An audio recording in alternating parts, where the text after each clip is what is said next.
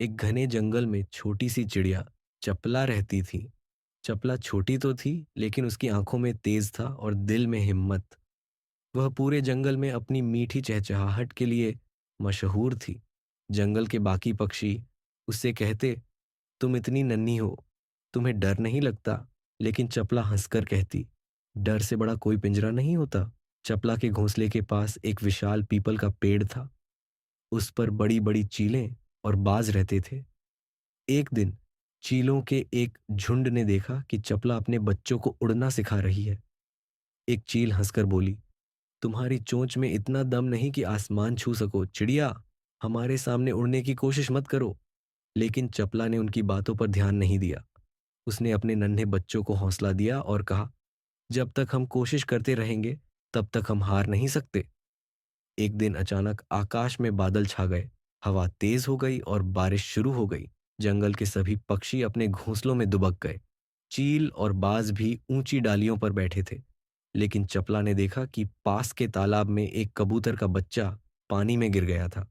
चीलों ने कहा, उस छोटे बच्चे को बचाने की कोशिश मत करो, ये प्रकृति का नियम है। कमजोर को खत्म होना ही पड़ता है। लेकिन चपला ने उनकी बात अनसुनी कर दी। वह फौरन उड़कर गई और अपनी छोटी सी चोंच से उस बच्चे को धीरे धीरे किनारे तक ले आई। वह भीग गई, कांप रही थी, लेकिन उसके चेहरे पर संतोष था। तूफान के अगले दिन जंगल के सभी पक्षी एक पेड़ के नीचे इकट्ठा हुए। एक उल्लू, जो जंगल का सबसे बुद्धिमान पक्षी था, बोला, हमने देखा कि चपला ने कल क्या किया। ये सिर्फ एक चिड़िया नहीं, ये जंगल के लिए प्रेरणा है। सभी पक्षियों ने खुशी से चपला की जय जयकार की।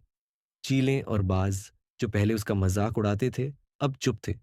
उल्लू ने आगे कहा, हमें सीखना चाहिए कि हिम्मत और दयालुता किसी के आकार पर निर्भर नहीं करती।